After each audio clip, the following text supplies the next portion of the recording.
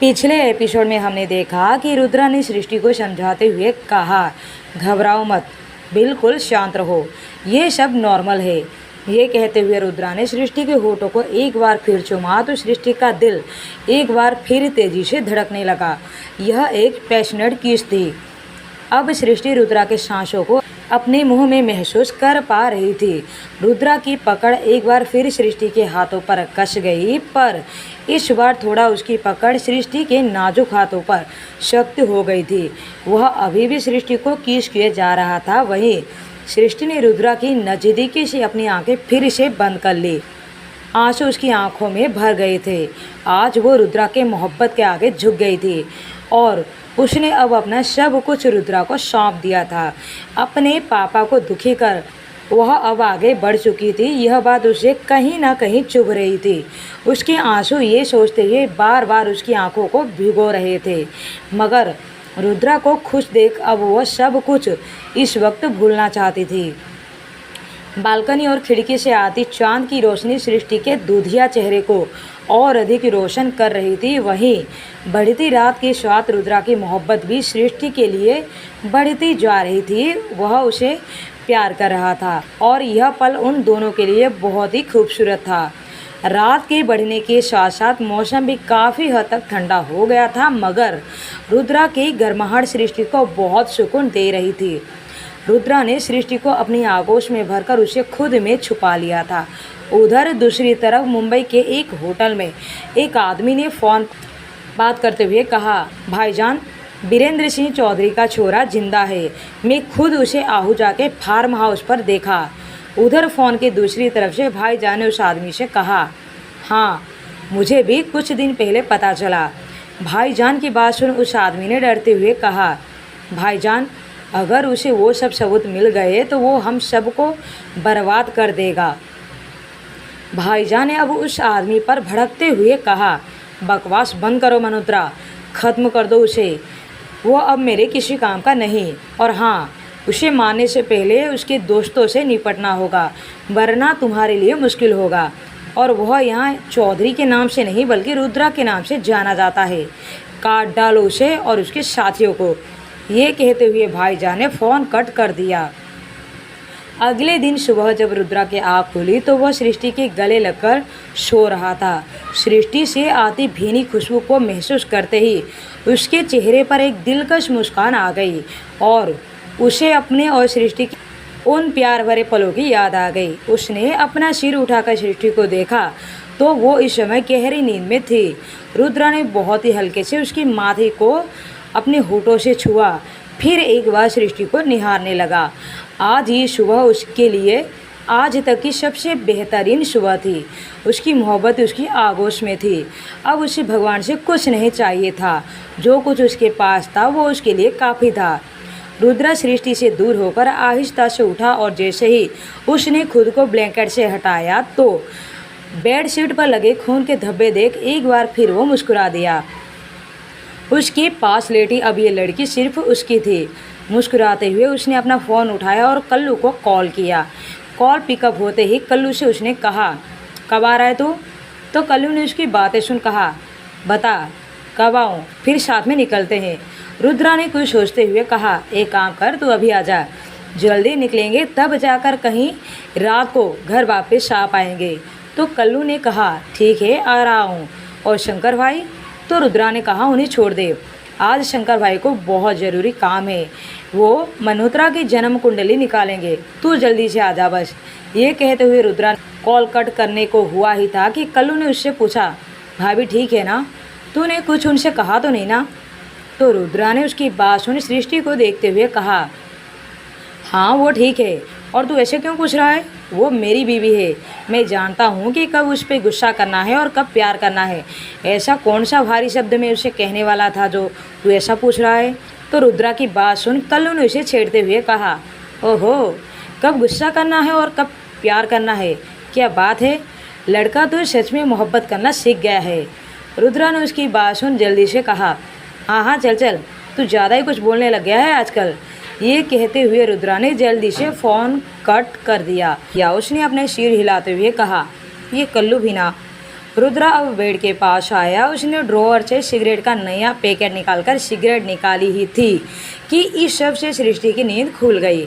आवाज़ सुन वो ब्लैंकेट में कशमशाई तो रुद्रा ने अपने होठों के बीच रखी सिगरेट को निकाल दिया और सृष्टि को देखने लगा। वहीं सृष्टि ने अब धीरे से अपनी आंखें खोली तो रुद्रा ठीक बेड के साइड में मगर उसकी आंखों के सामने खड़ा था। उसे देखते ही सृष्टि की तो जैसे सांस ही अटक गई। उसने जल्दी से बिना कुछ सोचे समझे अपनी आंखें बंद कर ब्लैंकेट को सर तक खींच लिया। रुद्रा ने सृष्टि की इस हरकत को देखकर हंसने लगा। उसने अब अपनी हंसी रोककर सृष्टि को आवाज़ देते हुए कहा, जल्दी उठ जाओ बीबी, देखो सुबह के 8 बजने वाले हैं। पर सृष्टि ने उसकी आवाज़ सुनकर ब्लैंकेट को पकड़कर कस दी। उसे बहुत ही शर्म आ रही थी कि तभी उसका ध्यान खुद पर गया। उसके बदन पर अब कोई भी कपड़ा नहीं बचा था। इस सब से उसका चेहरा शर्म से लाल पड़ रहा था और उसने अब सोच लिया कि कुछ भी हो रुद्रा के सामने ब्लैंकेट से बाहर नहीं निकलने वाली। इतना सोच सृष्टि ने धीरे से कहा, हाँ उठ रही हूँ, पर आप पहले यहाँ से बाहर जाइए। मगर रुद्रा ने तो आज सृष्टि के फूल मज़े लेने के मूड में था। वो उसकी बातें सुन मुस्कुराया और उसने बेड पर झुककर सृष्टि के ब्लैंकेट को पकड़ते हुए कहा, देखो अब नखरे मत दिखाओ, जल्दी से उठो, मुझे भूख लगी है, उठो और कुछ बना दो। इस पर सृष्टि ने ब्लैंकेट को पकड़ते हुए कहा, हाँ मैं उठ रही हूँ, पर पहले आप यहाँ से बाहर जाइए। सृष्टि ने इतना कहा ही था कि रुद्रा ने उसके एक न मानते हुए एक झटके में ब्लैंकेट को हटा दिया और वहाँ पड़े सृष्टि के दुपट्टे में उसको लपेटकर उसको अपनी बाहों में उठा लिया। सृष्टि ये सबसे हैरान हो चुकी थी। उसकी सांसें जैसे थम सी गई। वह दुपट्टा उसे ठीक से कवर भी नहीं कर पा रहा था, पर रुद्रा उसे किसी छोटे बच्चे की तरह अपनी गोद में उठाकर घूम रहा था। सृष्टि ने शर्म से अपना चेहरा उसके सीने में छुपा लिया। इधर रुद्रा के दिल का हाल तो कुछ ऐसा था कि वो सृष्टि के दूध जैसा रंग और फूल जैसे वदन को लाल दुपट्टे में लिपटा हुआ देखकर एक बार फिर बेचैन हो उठा। वह उसे देखते ही उसे बाथरूम में ले गया, उसे शावर के नीचे खड़ा किया और बस दीवानों की तरह चूमने लगा। सृष्टि बस ये सबसे सुन पड़ चुकी थी। उसने अपनी सांस भारी होने पर रुद्रा के कंधों को दबाया तो रुद्रा जैसे होश में आया। उसने सृष्टि को छोड़ अपनी नज़र फेरते हुए कहा, तुम नहाकर जल्दी बाहर आओ। ये कहते हुए वो जाने को हुआ कि फिर रुककर एक बार फिर मुड़ा और सृष्टि के करीब आया और उसने एक बार फिर सृष्टि के होठों पर किस करना शुरू कर दिया। खुद को शांत कर बाहर निकल आया। सृष्टि को इस तरह से देखकर उसका शरीर एक बार फिर जलने लगा था। उसे एक बार फिर तड़प उठी थी सृष्टि के लिए। उसने जैसे ही अपने सिगरेट को जलाया ही था कि डोरबेल बजी। रुद्रा अब बाहर आया। जैसे ही उसने डोर ओपन किया तो सामने वाली आंटी खड़ी थी। आंटी जो उसे घूर रही थी कि रुद्रा ने खुद को देखा तो वो सिर्फ एक टॉवेल में था। रुद्रा ने जल्दी से सिगरेट को फेंकी और खुद डोर के पीछे छुपते हुए पूछा, क्या हुआ आंटी? तो वहीं आंटी जी ने रुद्रा को देख हंसने लगी और उन्होंने डोर को खोल हॉल में घुसते हुए कहा, अरे बेटा मुझसे क्या शर्मा रहे हो, तुम तो मेरे बेटे जैसे हो, जाओ सृष्टि को बुला दो। रुद्रा ने अब जल्दी से हाँ में सिर हिला दिया और वहाँ से रूम में चला गया। वहीं सृष्टि अभी भी बाथरूम में ही थी कि रुद्रा ने नॉक करते हुए कहा, सुनो आंटी जी आई है, तुम जल्दी से बाहर आओ। ये कहते हुए रुद्रा ने सृष्टि की बाहर आने का इंतज़ार करने लगा कि तभी सृष्टि ने उसे आवाज़ देते हुए कहा, मेरे कपड़े निकाल कर दे देंगे? रुद्रा ने अब जल्दी से उसके लिए कबोर्ड से कपड़े निकाल कर उसे दे दिए। कुछ देर बाद सृष्टि बाहर निकल आई तो रुद्रा ने उसे चिढ़ते हुए पूछा, ये आंटी क्यों आई है? तो सृष्टि ने उसे बताते हुए कहा कि वो मैंने उनसे कहा था कि मैं कल उनके साथ मंदिर जाऊंगी। रुद्रा ने ये सुनते हुए नाखुश होते हुए कहा, बिल्कुल नहीं, तुम कहीं नहीं जा रही हो, तुम बस मेरे पास हो। सृष्टि उसकी आवाज़ सुन सहम गई और उसने रूठते हुए कहा, आप हर वक्त इतना अकड़ कर क्यों बात करते हैं? दूर हटिए, क्या अभी आपका मन भरा नहीं है? तो रुद्रा ने उसे छोड़ते हुए कहा, किस तरह की बात कर रहे हो तुम? दोनों आगे कुछ बहस कर पाते कि उससे पहले ही आंटी जी ने सृष्टि को आवाज़ देने लगी। आवाज़ सुन रुद्रा बाथरूम में चला गया। वहीं सृष्टि बाहर हॉल में आई तो आंटी जी ने उसे देखते हुए पूछा, बिटिया देर कर दी तुमने आज तो सृष्टि ने झिझकते हुए कहा, हाँ आंटी जी, वो मैं काम कर रही थी। आंटी जी ने उसके बहाने सुनकर मुस्कुरा दी और उन्होंने उससे पूछा, मंदिर चले? तो उसकी बातें सुन सृष्टि को मंदिर की सीढ़ियों की याद आ गई और वह इस समय बिल्कुल भी चलने की हालत में नहीं थी। ऐसे में उसके मंदिर तक चलकर जाना बिल्कुल इम्पॉसिबल था। इसलिए कुछ देर तक सोचने के बाद सृष्टि ने धीरे से कहा, आंटी जी मैं कल चलूँगी, आज मेरी तबीयत ठीक नहीं लग रही। उसकी बात सुन आंटी जी अब हंसने लगी और उन्होंने हंसते हुए कहा, ठीक है तुम आराम कर लो, कल चलेंगे। इतना कहकर वो बाहर निकल गए। सृष्टि अब अंदर आई और मिरर के सामने खड़े होकर तैयार होने लगी कि तभी उसे घर के कामकाज का ख्याल आया। पर आज तो उसका बदन टूट रहा था, ऐसे में कामकाज वो कैसे करे, ये उसकी समझ से बाहर था। वह किचन में चली आई तो उसे अब किचन को देख रोना आ गया। रात में वह रुद्रा से रूठकर रूम में चली आई। इसके बाद किचन को साफ करना तो रह ही गया। बुरे मन से उसने काम करना शुरू किया ही था कि तभी रुद्रा ने उसका हाथ पकड़ते हुए कहा, लाओ मैं करता हूँ। सृष्टि ने अब रोते हुए कहा, नहीं मुझे नहीं करवाना है। तो रुद्रा ने एक बार फिर उसका हाथ पकड़ते हुए कहा, पर मैंने कहा ना कि मैं कर रहा हूँ। सृष्टि ने उसकी रोक टोक से चिढ़ गई और उसने चिढ़ते हुए कहा, अब आप क्यों भोले बन रहे हैं? अंदर रूम में किस तरह से मुझ पर भड़क रहे थे और अब मदद करने का दिखावा कर रहे हैं। तो रुद्रा ने उसकी बात सुन सृष्टि के आंसू पोंछते हुए कहा, हाँ तो तुम भी तो बकवास कर रही थी, कोई इस तरह से बोलता है क्या? सोचा था कि सुबह भी तुमसे प्यार भरी बातें करूँगा ताकि दिन और रात तुम्हारी बातों को याद करते हुए गुजर जाए, पर तुम। सृष्टि ने अपना सिर झुकाते हुए कहा, पर मैंने तो कुछ भी गलत नहीं कहा। रुद्रा ने सृष्टि की बात सुन उसकी कमर को पकड़ अपने करीब खींचते हुए कहा, अच्छा ठीक है वो बात छोड़ो, अब तुम ऐसे बात बात पर रोना बंद करो, मुझे बुरा लगता है तुम्हें रोता देख, और जल्दी से मुझे एक अच्छी सी स्माइल दो। सृष्टि ने अपना सिर हिलाते हुए कहा, नहीं पहले आप मेरे साथ काम करवाइए। काम खत्म करके रुद्रा सीधे बेड पर जाकर लेट गया। आज सृष्टि ने उसकी बैंड बजा दी थी।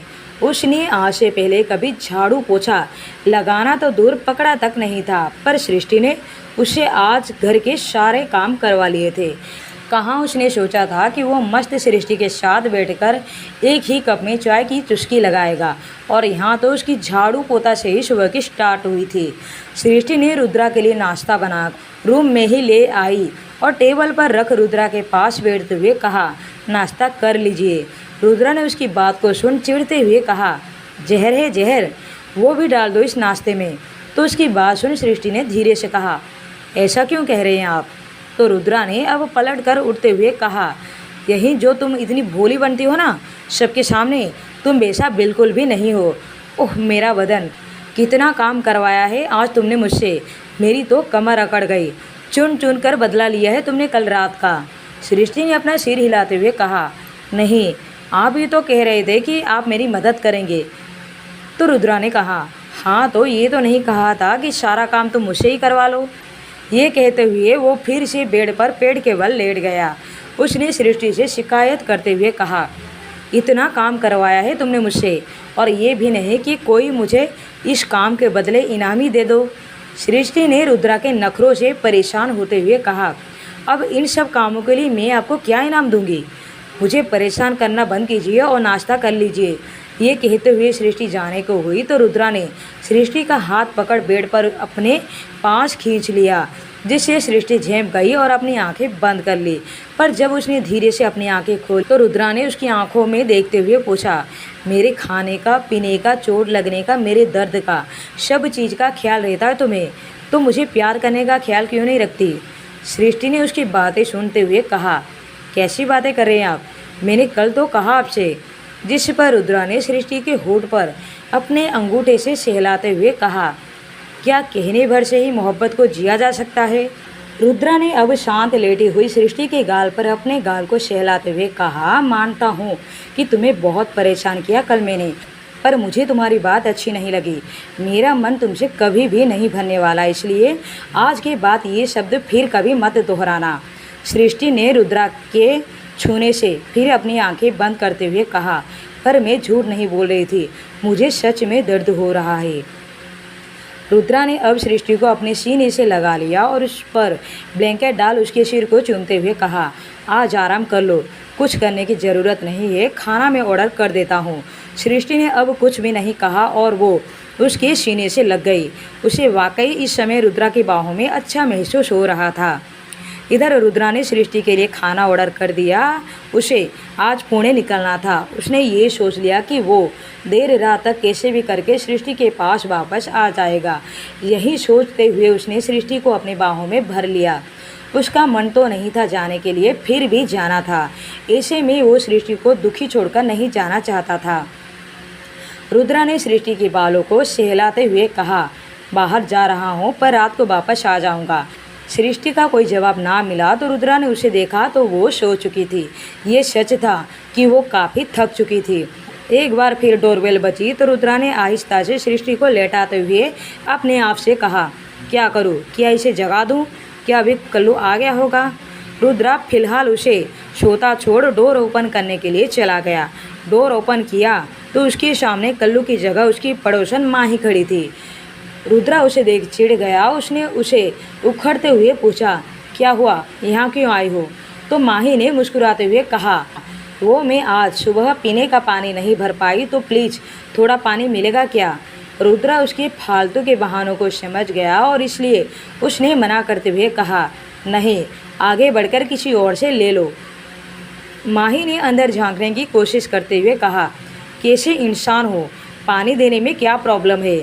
रुद्रा ने अब उसे गुस्से में देखते हुए कहा ना कि जाओ यहाँ से। तब पीछे से सृष्टि आकर पूछती है, कौन है?